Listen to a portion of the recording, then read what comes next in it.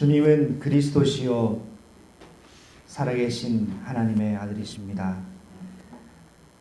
여호수아가 하나님 앞에 신을 벗었을 때에 현장에 이스라엘이 무너질 수 없었던 율법과 전통이 무너지고 하나님께 제사장의 무리가 그 도 앞에 무릎 꿇는 일이 일어났습니다. 하나님 앞에 무릎 꿇고 복종할 때 세상이 엎드려 경배할 수밖에 없음을 알고 오늘도 우리의 예배가 하나님께 경배하는 예배가 되게 하시고 교회로 하나님께서 세우시는 언약 잡는 예배가 되게 하시고 창세기 처음부터 하나님께서 주셨던 언약을 아담과 아벨과 노아와 아브라함이 그 제단을 이어가는 그 예배가 되게 하옵소서. 오늘 이 예배의 주인공 되시는 예수 그리스도가 우리 마음속에 우리의 주인으로 역사하여 주시며 사람으로 오셔서 우리의 죄과를 완전히 무너뜨리신 그 십자가 언약 잡고 하나님의 하나님의 귀한 지성소로 담대히 나가는 축복의 날 될 수 있도록 하나님이 역사하여 주시옵소서. 이 시간 예배를 방해하는 흑암 저주 권세는 나사렛 주 예수님의 이름으로 결박되게 하시고 아시아의 안디옥 교회의 영적 정체성을 회복하며 온민족 선교의 언약 잡고 선교사 재생산의 응답을 확인하는 예배가 되게 하옵소서. 예수님의 이름으로 기도합니다. 아멘. 하나님의 말씀을 함께 교독하시겠습니다. 창세기 44장입니다. 18절에서 45장 2절까지 교독하시겠습니다. 찾으신 줄 알고 제가 먼저 읽겠습니다. 창세기 44장 18절입니다. 유다가 그에게 가까이 가서 이르되 내 주여 원하건대 당신의 종에게 내 주의 귀에 한 말씀을 아뢰게 하소서. 주의 종에게 노하지 마소서. 주는 바로와 같으심이니이다.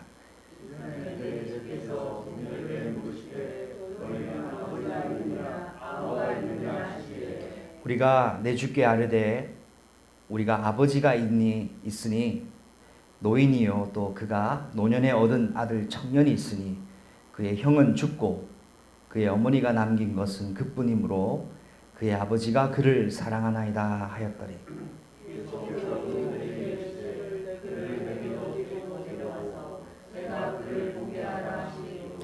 우리가 내 주께 말씀드리기를 그 아이는 그의 아버지를 떠나지 못할 것이니 떠나면 그의 아버지가 죽겠나이다.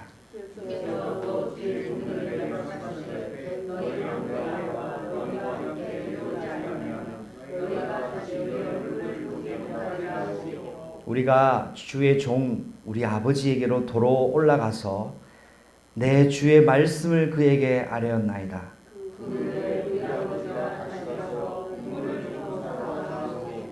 우리가 이르되 우리가 내려갈 수 없나이다. 우리 막내 아우가 함께 가면 내려가려니와 막내 아우가 우리와 함께 가지 아니하면 그 사람의 얼굴을 볼 수 없음이니이다.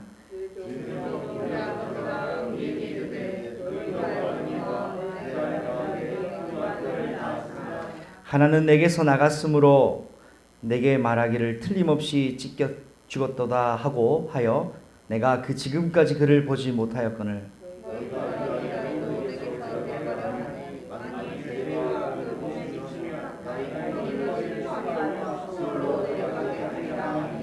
아버지의 생명과 아이의 생명이 서로 하나로 묶여 있거늘 이제 내가 주의 종 우리 아버지에게 돌아갈 때에 아이가 우리와 함께 가지 아니하면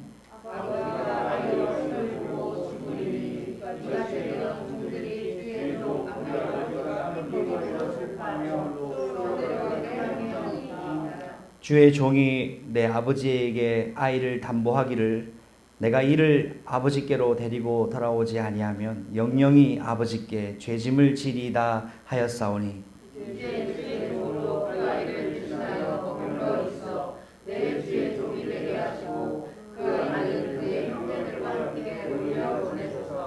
그 아이가 나와 함께 가지 아니하면 내가 어찌 내 아버지에게로 올라갈 수 있으리까 두렵건대 내 아버지에게 미침을 보이리다. 45장 1, 2절 함께 읽습니다.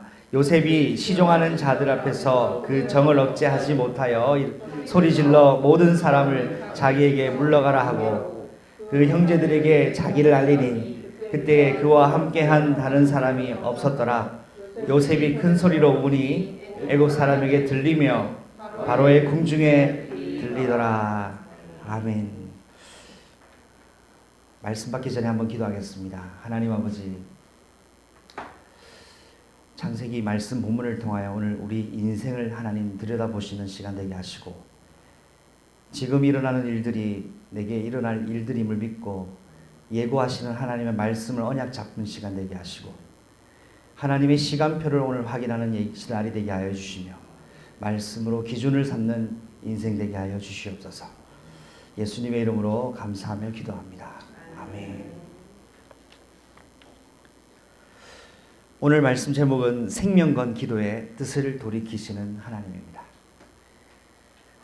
오늘 말씀을 묵상을 하니까 큰 주제가 하나가 있습니다. 그 큰 주제가 뭐냐? 바로 교회입니다. 교회는 예수님이 생명 걸고 사신 하나님의 것입니다. 여러분은 예수님이 생명 것이고 하나님 핏값으로 사신 하나님의 것입니다. 그 생명 건 교회를 하나님께서 마음을 얼만큼 두고 계시겠습니까?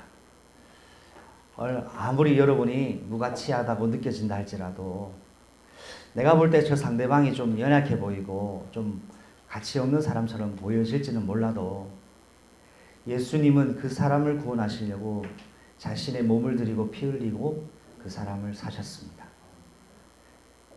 그래서 이 세상에 가장 존귀한 그 누구도 바꿀 수 없는 존재가 바로 저와 여러분입니다.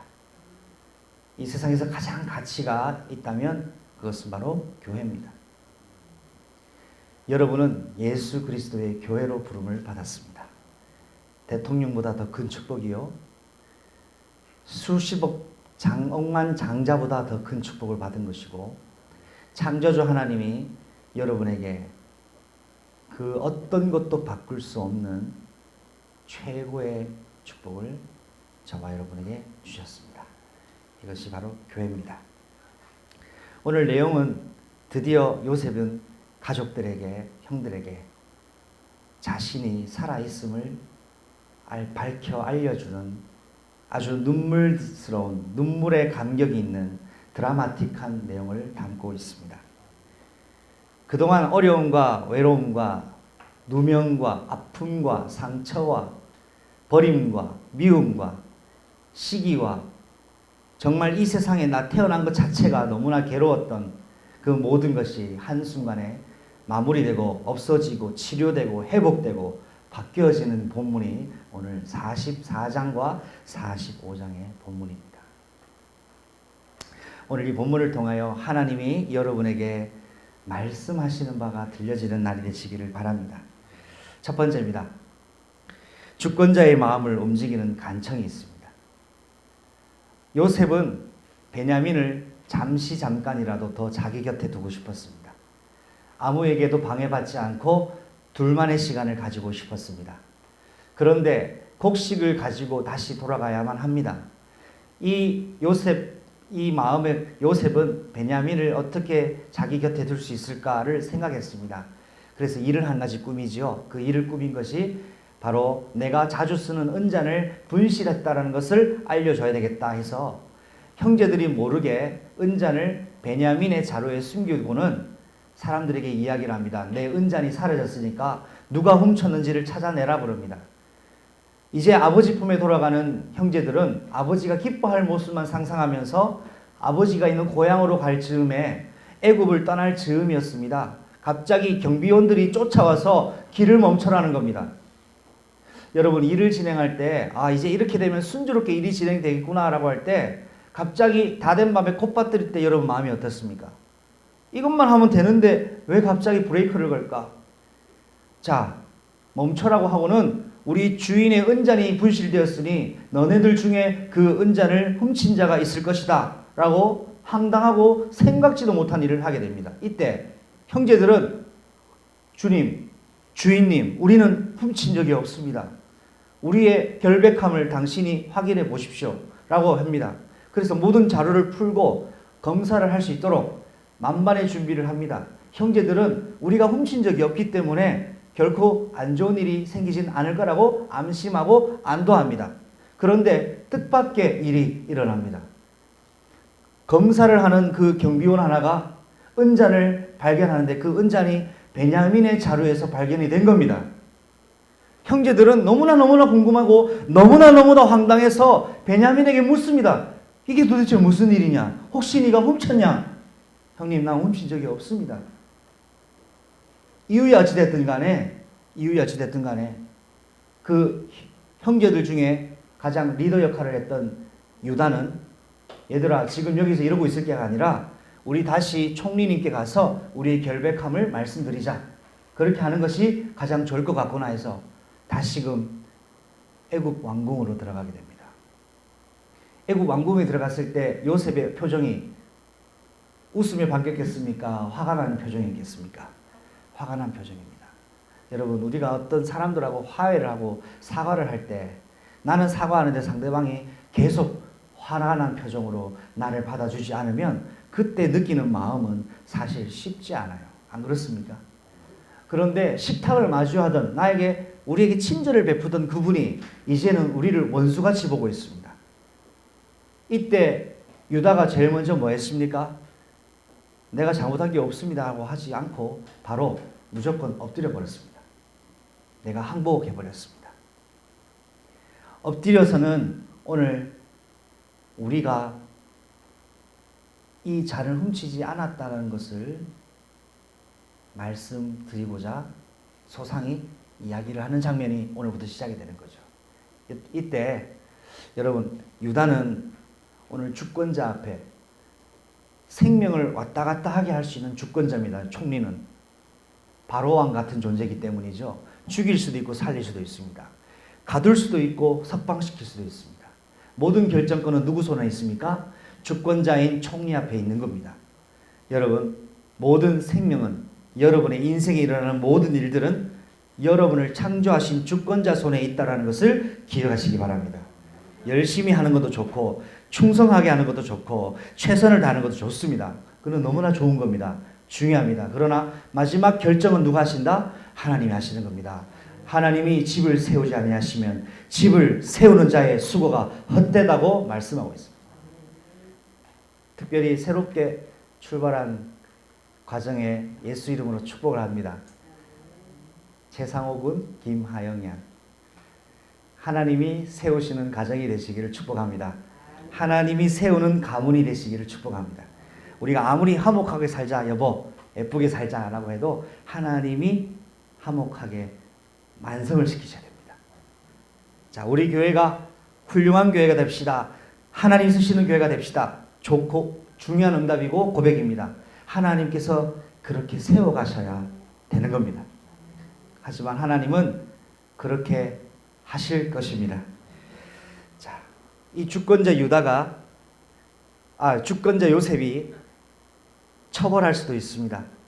이때 유다는 엎드려서 우리가 잘못했습니다. 했습니다. 여러분, 모든 인간관계의 틀어진 관계를 회복하는 방법은 이거밖에 없습니다.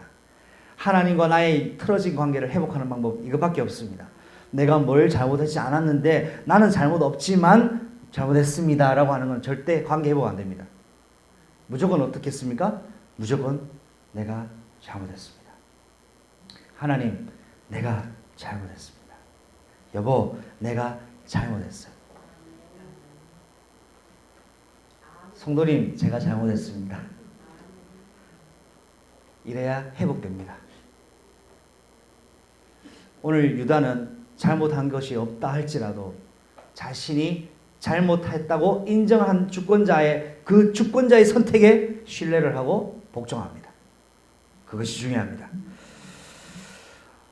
상사들도 그래요. 직장 생활하면 그렇잖아요. 상사가 납득이 되지 않는 일로 나에게 뭔가를 이야기하면 나 그거 한 적 없는데요 라고 하면 상사는 입장이 혹시 틀리게 알게 된다 할지라도 입장이 곤란해집니다. 그런데 지혜로운 직원은 누굽니까? 상사의 마음에 그 말에 일단은 받아들이는 사람이에요. 어떤 사람이 무슨 말을 하든 여러분 그 말을 하나님의 음성으로 받을 수 있는 그릇이 되시길 바랍니다. 그러면 사단이 틈을 못합니다. 왜 이 사람이 이런 말을 할까? 라기 이전에 하나님께서 만약 이 사람의 입술로 그 말을 하게 하셨다면 어떻게 나는 받아야 될 것인가를 생각하는 그의 교회가 되시기를 축복합니다. 그러면 싸울 수가 없어요. 갈등이 일어날 수도 없어요. 왜요? 이걸 다른 말로 뭡니까? 그럴 만한 이유가 있었을 거예요. 그럴 수도 있지요. 여러분의 업과 현장에서 가장 존귀히 사랑받는 존재 되시기 바랍니다. 여러분, 이 세상에는요, 두 종류의 마음이 있는 것 같아요. 오늘 이 주권자 요셉은 유다에게 확인하고 싶은 것이 있습니다. 자, 여러분, 이런 말이 있죠. 이런 상황들이 있어요. 나는 기분이 되게 나빠요. 그런데도 아쉬운 말을 하는 경우가 있습니다. 근데 이 사람은 계속 내 비위를 건드려요. 그러면 우리도 못 참고 그럼 알아서 하세요. 당신 알아서 하세요. 할 때가 있잖아요. 그런데 유다가 끝까지 그 일을 하지 않습니다. 끝까지 자신의 입장을 견지하고 동일하게 입장을 합니다. 우리를 살릴 수 있는 분은 당신입니다. 당신 말대로 하겠으니 제발 우리를 불쌍히 여겨 주십시오. 할 때 뭐가 열립니까? 마음문이 열립니다. 우리 그의 교회 귀한 전도 제자들은 마음문을 여는 전도 증인 되시기를 바랍니다. 마음문을 열어야 됩니다. 바울이 루디아에게 복음 전했을 때 뭐가 열렸습니까? 마음문이 열렸어요. 이 세상에 두 가지 마음이 있습니다. 주권자의 마음을 움직이는 마음이 있고요. 주권자에게 그냥 내 있는 마음 그대로 표시하는 경우가 있습니다. 꽃도 두 종류가 있죠. 생화가 있고 조화가 있습니다. 모양은 똑같습니다. 생명이 있고 생명이 없습니다. 향기가 있고 향기가 없습니다. 똑같은 꽃이라고 다 꽃이 아닙니다. 생화가 있고 조화가 있습니다. 똑같은 교회라고 다 똑같은 교회가 아닙니다. 생명이 있는 교회가 있고 생명이 없는 교회가 있습니다. 그리스도가 역사하시는 교회가 있고 그리스도가 역사하지 않는 교회도 있습니다. 오늘 유다는 총리 앞에 자신의 진심을 보여주고 싶었던 겁니다. 성경에는 아브라함의 중보기도가 나오더라고요. 아브라함이 소돔 고모라 땅을 하나님이 멸망하시겠다는 사실을 알고는 엎드려서 그에게 간구합니다. 저 소돔 고모라 땅에 누가 살고 있습니까? 내 조카가 살고 있습니다. 저 조카를 살리기 위하여는 이 조카를 살릴 수 있는 방법은 하나밖에 없습니다. 하나님 마음을 바꾸셔야 됩니다. 그래서 하나님께 하나님 만약 저 성 중에 하나님을 믿는 사람 50명이 있다면 하나님은 그 성을 멸하지 않으실 것입니까? 하나님이 대답하시죠. 내가 50명 찾으면 멸하지 않겠다. 그런데도 마지막까지 하나님은 소돔 성을 멸하실 것을 결정하신 것 같습니다. 아브라함이 두려워 떨면서 묻습니다. 하나님 노하지 마시고 한 번만 더 여쭙겠습니다. 혹 저 소돔 땅에 10명의 하나님을 찾는 사람이 있다면 어떻게 하실 겁니까? 라고 할 때 하나님의 대답이 내가 그 10명 때문에 소돔 고모라를 멸하지 않겠다 했습니다. 그 말은 저 소돔 고모라 땅에는 의인이 10명이 없다라는 겁니다. 자, 그런데 아브라함이 한 번도 하나님 사실은 그게 아니고 내 조카 좀 살려주십시오 라는 이야기는 안 했습니다. 그런데 소돔 고모라를 멸하시기 전에 하나님은 아브라함의 마음을 알고 천사를 보내셔서 조카 롯을 숨길 소할 땅까지 준비를 해놓으셨어요. 이것이 우리 하나님입니다. 아브라함의 기도를 하나님은 마음속에 담고 계셨습니다. 또 기도가 있습니다. 모세가 중보기도합니다. 이스라엘 백성이 실컷 광야 길로 애굽에서 꺼내서 광야를 통과하는 과정 속에 있었는데 모세가 40일간 사라지니까 우리를 인도해낸 하나님을 보여달라고 금송아지를 만듭니다. 모세가 하나님의 10계명 들고 나왔는데 이 이스라엘 백성들이 하나님을 놓치고 우상 숭배를 하고 있는 것을 보고는 너무나 분노가 치밀어서 이 10계명 돌판을 깨트려 버립니다. 이런 백성들에게는 하나님의 축복된 언약적 언약궤가 필요 없다고 생각해서 깨부셔버려요. 이때 하나님이 문제는 대진노를 하시기 시작하신 거예요. 이스라엘 백성이. 이때 모세가 뭐합니까? 하나님께 엎드립니다. 자, 이 본문 한번 꼭 살펴보겠습니다. 출애굽기 말씀입니다. 성경 구절 보내드린 종이가 있지요.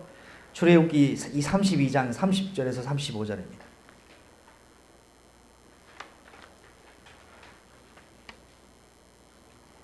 함께 읽겠습니다. 이튿날 모세가 백성에게 이르되 너희가 큰 죄를 범하였도다. 내가 이제 여호와께 올라가노니 혹 너희를 위하여 속죄할까 될까 하노라. 모세가 여호와께로 다시 나아가 여짜오되 슬프도소이다. 이 백성이 자기들을 위하여 금신을 만들어 싸우니 큰 죄를 범하였나이다. 그러나 이제 그들의 죄를 사하시옵소서. 그렇지 아니하면 원하건대 주께서 기록하신 책에서 내 이름을 지워버려 주옵소서. 여호와께서 모세에게 이르시되 누구든지 내게 범죄하면 내가 내 책에서 그를 지워버리리라. 내가 가서 내가 네게 말한 곳으로 백성을 인도하라. 내 사자가 네 앞서 가리라. 그러나 내가 보응할 날에는 그들의 죄를 보응하리라. 여호와께서 백성을 치시니 이는 그들이 아론이 만든 바 그 송아지를 만들었음이었더라. 아멘. 모세가 엎드려서 범죄한 이스라엘을 향하여 어떻게 기도합니까? 하나님, 이들을 용서해 주십시오. 이들을 용서가 안 되시겠거든 누구의 이름을 생명책에서 지워달랍니까? 나의 이름을 생명책에서 지워서라도 이들을 살려달라고 간구합니다. 여러분, 세상에 이런 사람이 어디 있습니까? 나는 구원 못 받더라도 저 사람들은 구원시켜 주십시오라고 기도할 수 있는 사람이 과연 누가 됩니까? 오늘 이 모세는 하나님의 성령의 감동이 되어 예수님이 우리를 위하여 중보하시는 것을 우리에게 보여주시는 내용입니다. 예수님이 우리를 살리시려고 자신의 생명, 목숨을 십자가에 내놨습니다.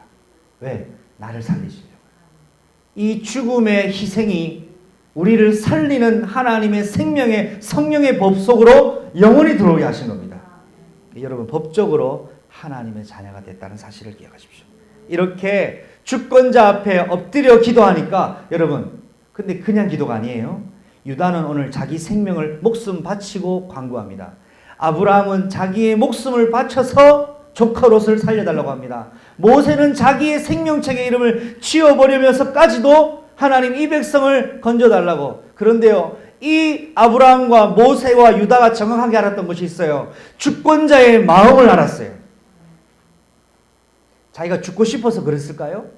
내가 생명책에서 지움 받고 싶어서 지워주세요 했을까요? 아니에요. 그걸 원치 않지만 그렇게 해서라도 나의 간구를 들어주십시오. 이때 뭐가 움직입니까? 주권자의 마음이 움직인다 말입니다. 대가를 지불할 때 하나님의 주권자의 마음이 움직이기 시작하는 거예요. 언약 가진 교회가, 언약 가진 구원받은 성도가 하나님께 생명의 대가를 걸고 기도하면 하나님 응답하신다 이 말이 아닙니다. 하나님 마음을 돌이키실 수가 있는 거예요. 자녀가 요구할 때 자녀를 이기는 부모가 없는 것처럼 내 자녀가 그리스도의 이름 가진 교회가 생명 걸고 기도할 때는 그걸 갚으십니다.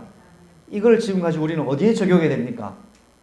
내 소원의 방향을 맞추는 것이 아니라 아시아의 안디옥 교회로, 온민족 선교를 할 교회로, 선교사를 재생한 교회로 우리의 생명을 담보로 하나님 우리 교회로 우리 인생을 이렇게 사용해 주십시오 하면 하나님 어떻게 하실까요? 뜻을 돌이키셔서 그의 교회를 사용하신다 이 말입니다. 이게 오늘 이번 주 강단의 중요한 내용입니다. 그러면 그의 교회는 잘 되는 교회가 아니에요. 하나님이 사용하시는 교회가 되는 것이고 대체 불가능한 중직자들이 되는 것이고 시대 살릴 하나님의 렘넌트들의 교회가 되는 거예요. 그냥 종교생활 하다가 죽는 게 아니라 하나님이 잊지 못할 사람들의 기념비적인 교회가 되는 겁니다. 여기에 뭐를 걸라? 우리의 생명을. 자, 이제 총리 앞에 유다가 생명을 자신의 형제들을 대신하여 전후 상황을 설명합니다. 이랬습니다. 그런데 성경 본문을 여러분 유심히 보셔요. 보면 유다가 절대로 하지 않는 말이 있습니다. 주인님, 총리님, 우리는 죄가 없는 것 같은데, 그런데 가만히 생각해 보세요. 총리님도 잘한 거 없거든요. 우리 감금했잖아요. 우리 죄 안 지는 거 아셨잖아요. 우리 동생 시몬 가뒀잖아요. 증거도 없으면서.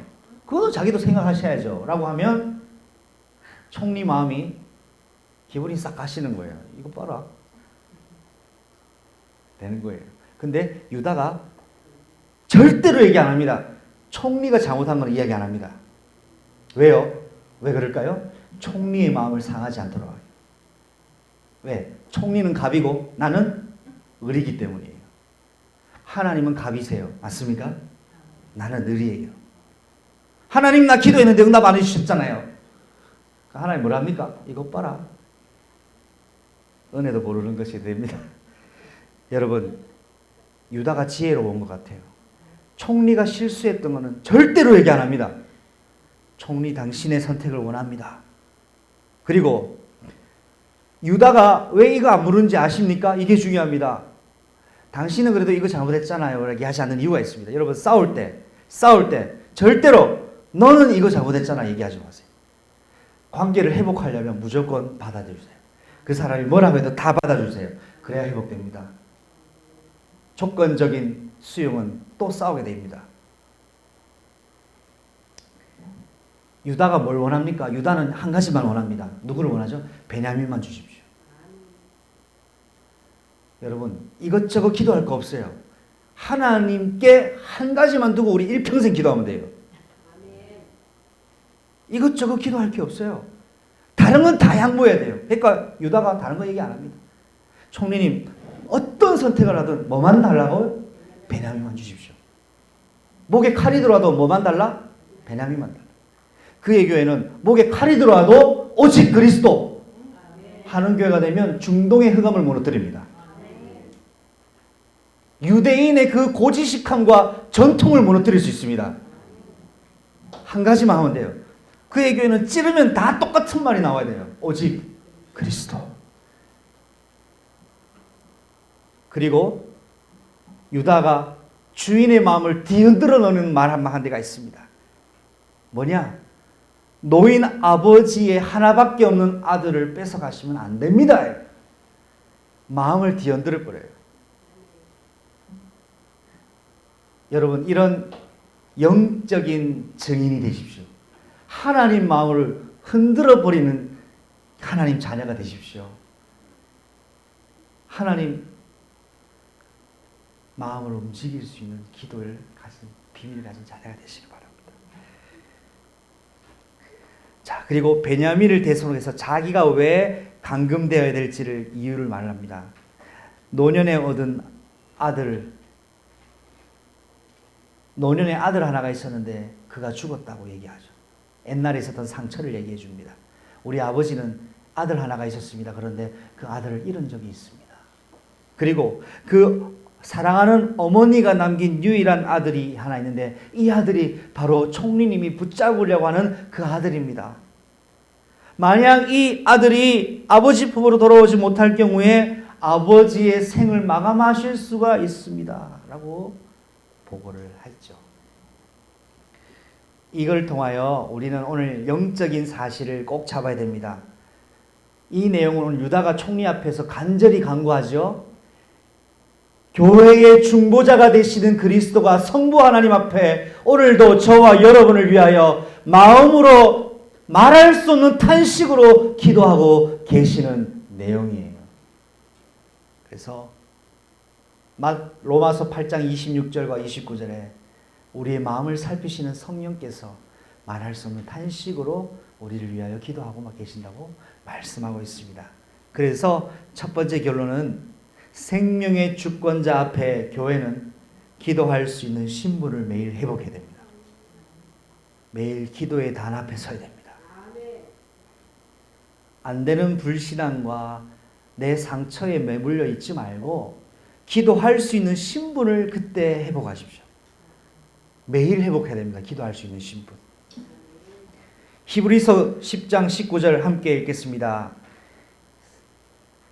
1-3입니다. 히브리서 10장 19절입니다. 시작. 그러므로 형제들아 우리가 예수의 피를 힘입어 성소에 들어갈 담력을 얻었나니, 어떤 문제가 와도 예수의 피를 힘입어 하나님 앞에 기도할 수 있는 신분을 회복하시기 바랍니다. 두 번째입니다. 주권자의 마음을 움직이는 기도입니다. 여러분, 기도에는 세 가지 원리가 있습니다. 기도에는 세 가지 원리가 있습니다. 첫 번째 원리는 그냥 기도하는 것이 아니라 근거 위에 서야 됩니다. 유다는 근거 없는 보고가 아니라 근거 있는 보고를 가지고 오늘 총리 앞에 성경을 보시면 나옵니다. 성경 본문에 여러분 한 번만 보겠습니다. 성경 본문 보겠습니다. 19절입니다. 44장 19절이죠. 보시면 중간에 있습니다. 주께서 종들에게 물으시되라고 동그라미 해보세요. 물으셨죠. 23절은요. 주께서 또 주의 종들에게 말씀하시되라고 했습니다. 말씀하시되 동그라미 해보세요. 유다가 지 하고 싶은 말을 하는 게 아니고요.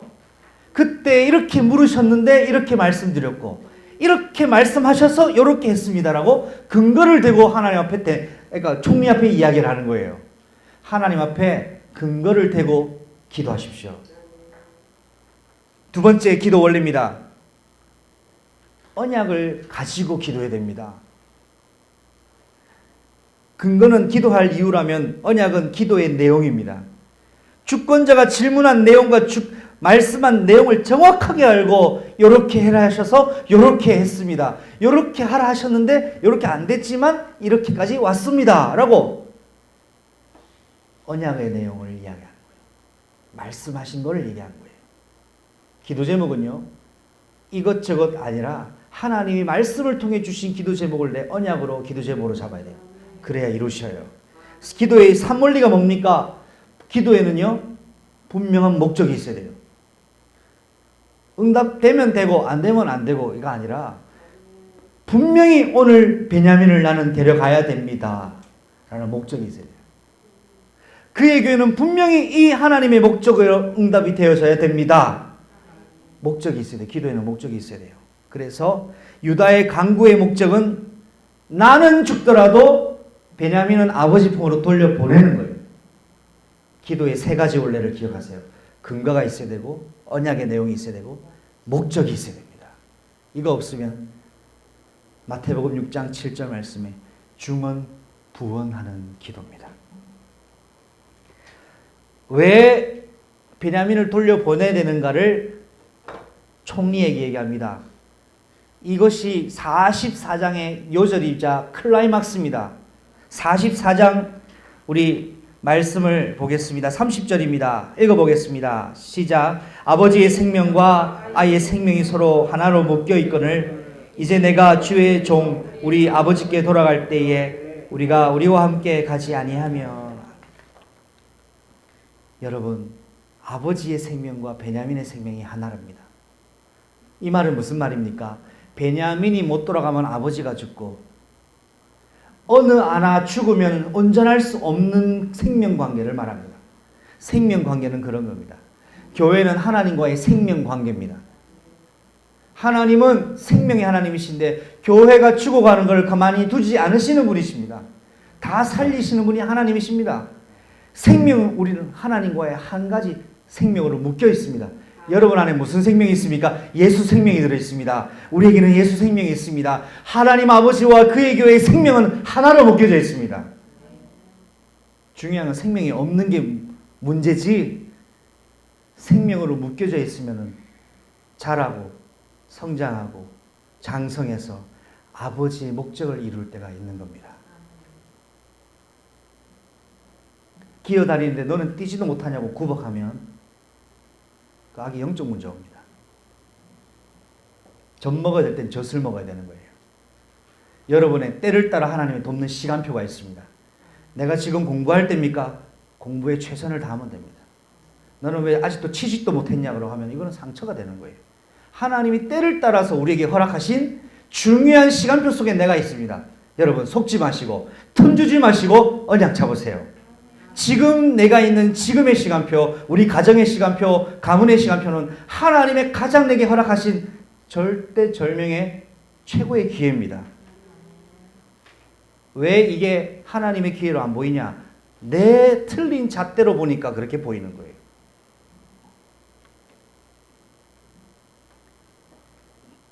지금 일어나는 우리에게 모든 일은 하나님 내게 주신 최고의 축복의 시간입니다. 감사밖에는 회복할 게 없습니다. 자, 말씀드렸죠. 이제 형님에게 자기들을 알리는데 유다가 야곱이 자기 아들이 살아있는 소식을 알게 됩니다.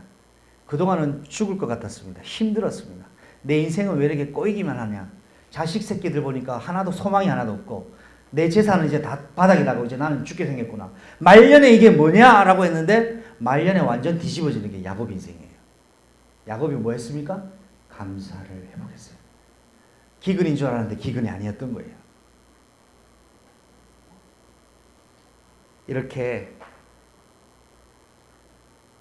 유다가 총리 앞에서 조심스럽게 자기에 있는 것을 아닙니다. 이건 뭐냐?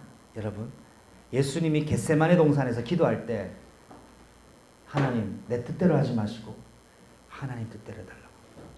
오늘 이걸 여러분 깊이 연구를 하셔야 됩니다. 우리는 그냥 기도할 때가 있어요. 간절한 마음으로 살아계신 하나님 앞에, 주권자이신 하나님 앞에 하나님 간절히 기도할 때 하나님 마음으로 움직이신다 이거예요. 함부로 예의 없이 기도한 것도 아니에요. 유다가 기도하는 내용을 보세요. 아브라함이 기도하는 내용을 보세요. 그냥 기도하는 게 아니에요. 부들부들 떨면서 두렵고 두려운 마음으로 간구합니다. 하나님 이렇게 해주십시오. 근데 우리는 어쩔 때 보면 나 자신을 봤을 때도 하나님을 너무 쉽게 생각하고 있는, 내 친구보다 더 쉽게 생각하고 있지 않은지라는 생각이 들어요. 두렵고 떨리는 마음으로 기도해야 되는 거예요. 응답 안 해주면 삐져버리고 응답해주면 탁 좋아하고 이 정도 우리의 수준이더라는 거예요. 주시는 이도 여호와시오 취하시는 이도 여호와시니 여호와께서는 영광을 받으실지어다. 찬송 받으실지어다. 이 사람을 하나님 쓰시는 거죠. 여러분, 그리하여서 베냐민이 없으면 내 생명도 무가치합니다 라고 오늘 총리 앞에 얘기했습니다. 요셉이 여기에 마음문이 열려진 거예요. 마음문이 녹아져 내렸어요. 형들이 옛날 형들이 아니에요. 막내 동생을 끝까지 책임지려고 합니다. 사람이 바뀌었네요. 사람이 변했어요. 막내 동생을 위하여 자기 생명을 포기하겠대요. 옛날의 형들이 아니에요. 그거를 확인한 거예요. 저런 마음이면 됐다. 통과가 된 거죠. 여러분, 유다가 얘들아 죽여버리자. 아니, 저 돈 주고 팔자 했던 사람인데 오늘은 저 베냐민을 안 돌려주시면 우리 생명도 무가치합니다. 제발 살려주세요. 형제를 보낸 실수가 형제들에게 큰 교훈이 돼버린 거예요. 하나님을 알아가는 교훈이 돼버렸다고요. 여러분, 신앙생활하면서 실수를 두려워하지 마세요. 실수 두려워하지 마세요. 여러분 인생의 교훈으로 바뀝니다. 실수를 통해 배우는 겁니다. 하나님 실수했다고 버리지 않습니다. 실수한 걸 깨닫고 돌아오면 더 축복하시는 분이 하나님이십니다. 그래서 오늘 예수님은 이 본문을 통하여 우리에게 말씀하시는 것이 하나님의 공의를 만족시키신 그리스도예요. 죄의 삭은 뭡니까? 사망입니다. 당신이 십자가에 죽으심으로 하나님의 공의를, 죄는 반드시 죽어야 되는데 사람 몸으로 오신 예수님이 죽으셔서 하나님의 공의를 만족시키셔서 합법적으로 나에게는 죄가 없다고 인정해 주신 겁니다. 하나님의 공의. 그래서 생명의 주권자 앞에 교회는 기도로 다스리는 권세를 매일 회복해야 됩니다. 죄도 다스리고 현장도 다스리고 가정도 다스리고 나도 다스리고 경제도 다스리고 미래도 다스립니다. 마지막 세 번째입니다. 이제 이 모든 일이 마치고 마음을 돌이키는 요셉입니다. 교회를 사랑하시는 예수 그리스도. 요셉이 왜 울었을까요? 억울해서 울은 게 아니에요. 형제들을 사랑하는 마음으로 울었어요. 근데 그 울음소리가 어디까지 들렸냐? 성경에 보니까 바로가 일하는 궁까지도 들렸대요. 얼마나 울었다길래 온 바로궁이 요셉 울음소리로 가득 찼는데 혼자 울었겠습니까? 다 같이 울어버린 거예요. 세상에, 오늘 베냐민 못 데려갈 줄 알았는데 세상에 유다 앞에서 이 총리가 갑자기 뜬금없는 말 합니다. 형님, 저 요셉입니다. 유다가 깜짝 놀랍니다. 내가 지금 제정신인가? 눈을 씻고 보니까 요셉이에요.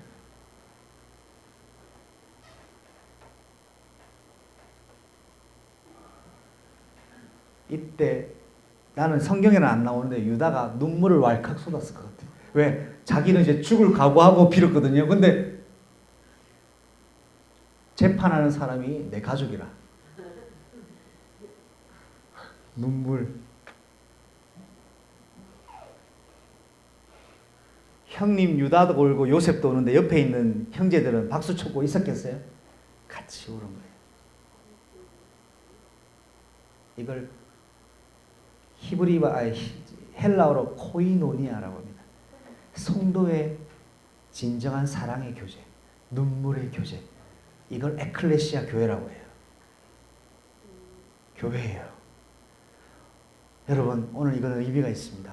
우상 숭배하는 바로궁에 교회가 탄생한 거예요. 할렐루야. 우상을 섬기는 바로궁에 에클레시아 교회가 탄생했어요. 하나님의 사랑, 그리스도의 사랑으로 교회가 탄생했어요. 그래서 초대교회는 만나면 그렇게 울었어요. 눈물이 있는 교회가 된 줄로 믿습니다. 그래서 여러분, 정을 억제하지 못합니다. 이 본문을 통해 하나님이 제게 은혜를 주시는 내용이 있습니다. 나는 총리가 부끄러우니까, 우는 거 부끄러우니까 다 나가 이런 줄 알았어요. 아니에요. 형님들과 관계를 제외하는데 방해되는 모든 것을 없애버렸어요. 형님에게만 집중하겠다 이 말입니다. 부끄러워서 나가 이렇게 한 게 아니더라고요. 여러분, 정을 억제하지 못한 요셉의 마음에는 세 가지 내용이 있습니다. 첫 번째, 하나님의 소원이 있습니다. 유다의 간구를 통하여 요셉은 자기가 원하는 것을 확인했습니다. 베냐민을 통하여 목숨을 바치고자까지 결단하는 형님들의 변화된 것을 확인했습니다. 이것이 교회 회복입니다. 하나님의 소원을 회복하는 것입니다. 두 번째, 하나님의 목표입니다. 유다를 비롯한 형제들이 새로운 사람으로 바뀐 걸 확인했습니다. 이건 교회의 능력입니다. 교회는 사람을 변화시킵니다. 그리스도의 사람으로 변화시킵니다. 교회 하나님의 사명이 뭡니까? 막내 동생 베냐민을 소중히 여기는 그 마음, 한 영혼을 끝까지 사랑하는 마음, 교회의 사명입니다. 이 정을 억제하지 못하는 요셉의 마음을 통해 하나님이 저에게 이렇게 설명하시더라고요. 하나님의 소원, 하나님의 목표, 하나님의 사명이 있다고요.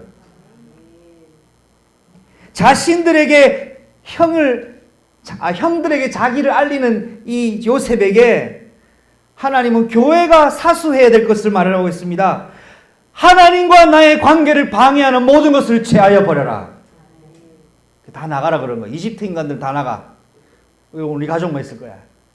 여러분, 하나님과 나의 관계를 방해하는 모든 걸 물리치시기 바랍니다. 두 번째, 교회가 추구해야 될 것이 있습니다. 뭡니까? 숨겨두었던 비밀을 밝히는 거예요. 요셉이 내가 총리가 아니라 형님들의 동생입니다라는 비밀을 가르쳐 준 거예요. 이집트 사람들도 몰랐어요. 애굽 바로왕도 몰랐던 사실이에요. 교회는요, 이 세상을 향하여 아무도 알지 못하는 그리스도의 비밀의 복음을 전달하는 것을 추구하는 교회입니다. 그리고 교회의 목표가 뭡니까? 하나님이 행하신 일로 그 이름을 높이는 것이 교회의 목표입니다. 이게 찬송이고 전도예요. 그래서 요셉의 울음이 의미하는 세 가지를 하고 마치겠습니다. 첫 번째, 모든 아픔이 회복되던 날이었습니다.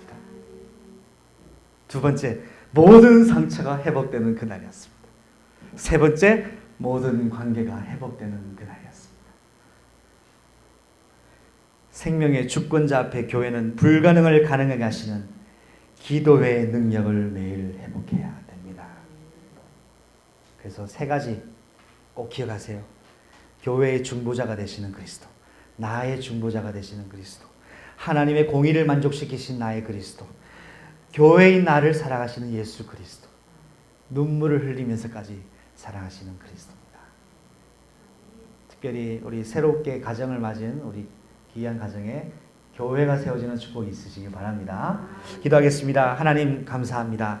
생명건 기도의 뜻을 돌이키시는 하나님, 주권자의 마음을 움직이는 간청 속에 기도의 중보자가 되시는 그리스도를 배웠습니다. 주권자의 마음을 움직이는 기도를 통하여 하나님의 공의를 만족시키는 그리스도를 배웠습니다.